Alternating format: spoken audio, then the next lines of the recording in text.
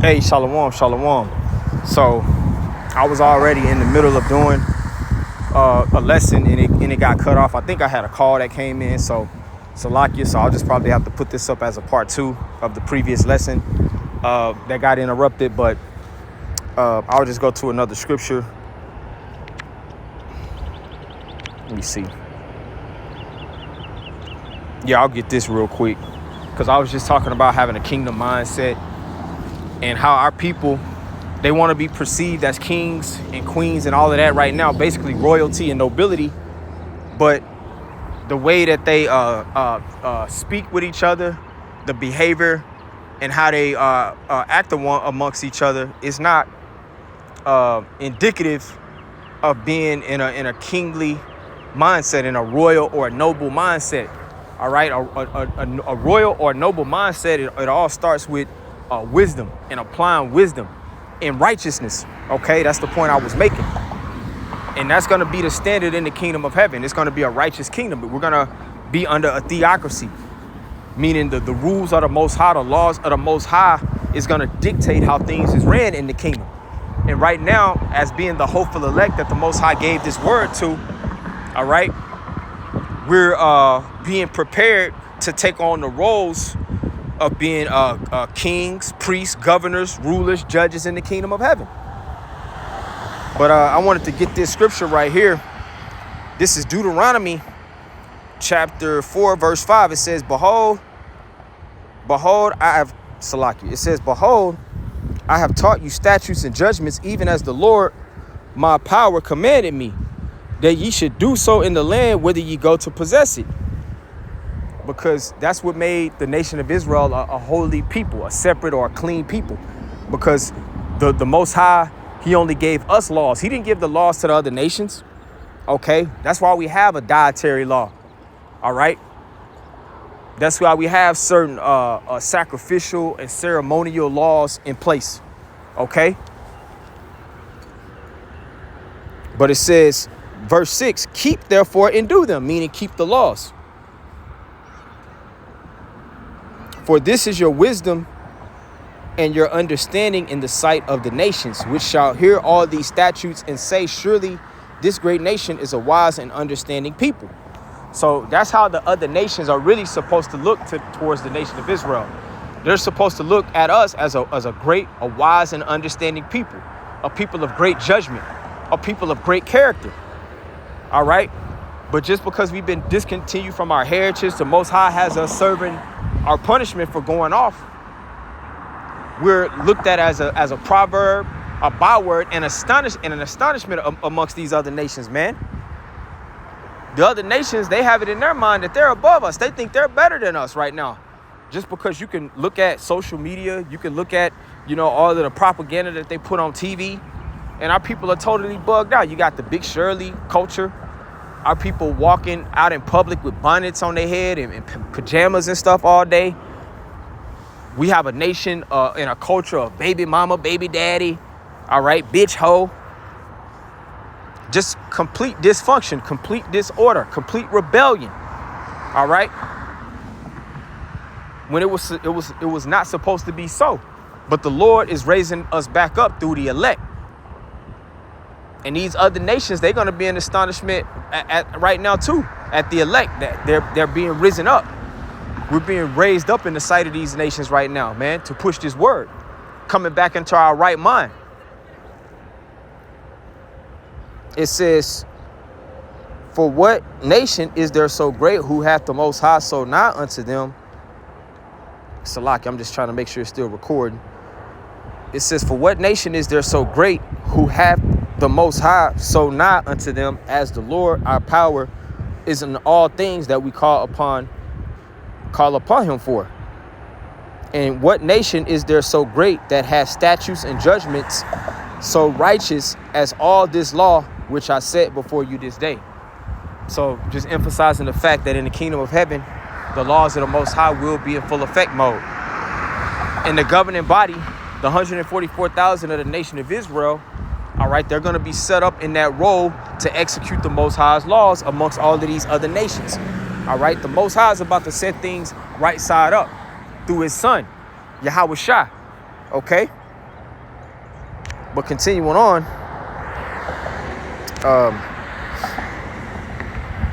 matter of fact, I'll get this account real quick. This is 1 Kings chapter 3, verse 5. It says, in Gibeon, the Lord Yahweh appeared to Solomon in a dream by night. And the Most High said, ask what I shall give thee. And Solomon said, thou hast showed unto thy servant David, my father, great mercy, according as he walked before thee in truth and in righteousness and in uprightness of heart with thee. And thou hast kept for him this great kindness, that thou hast given him a son to sit on his throne, as is this day. And now, O Lord Yahweh, my power, thou hast made thy servant king instead of David, my father. And I am little, and I am but a little child. I know not how to go out or come in. So King Solomon, even though he had been raised up in the stead of king, he had a heart of humility towards the Lord. All right, which a lot of our people right now, man, they're completely proud. They've taken on the ways of Esau, Edom. The righteous is more excellent than his neighbor, but the way of the wicked seduceth. So our people have been seduced by the ways of Esau, and they're proud as all hell. Even though we're in this low-ass condition right now as a collective nation of people, our people still have the audacity to be proud, which pride, the Lord hates pride. But King Solomon is the king. He set up as a true king over the nation. He was still in a spirit to be humble before the Lord. All right.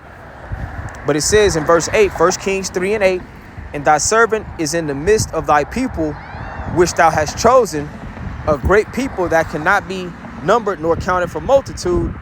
It says, give therefore thy servant an understanding heart to judge thy people, that I may discern between good and bad.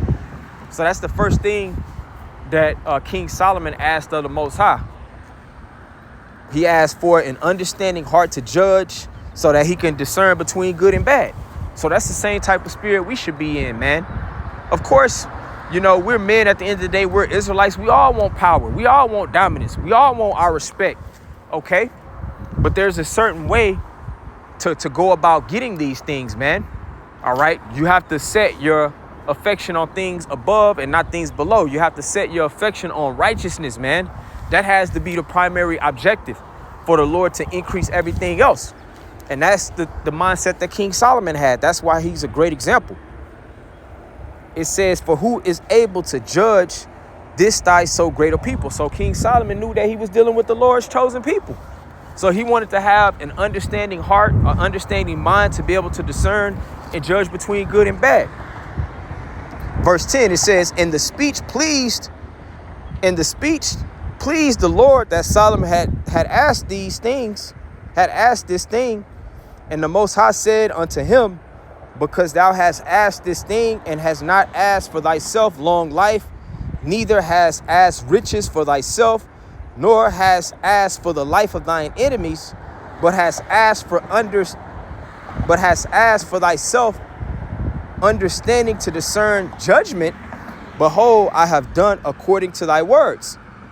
Lo, I have given thee a wise and understanding heart. So the Lord was like, here you go.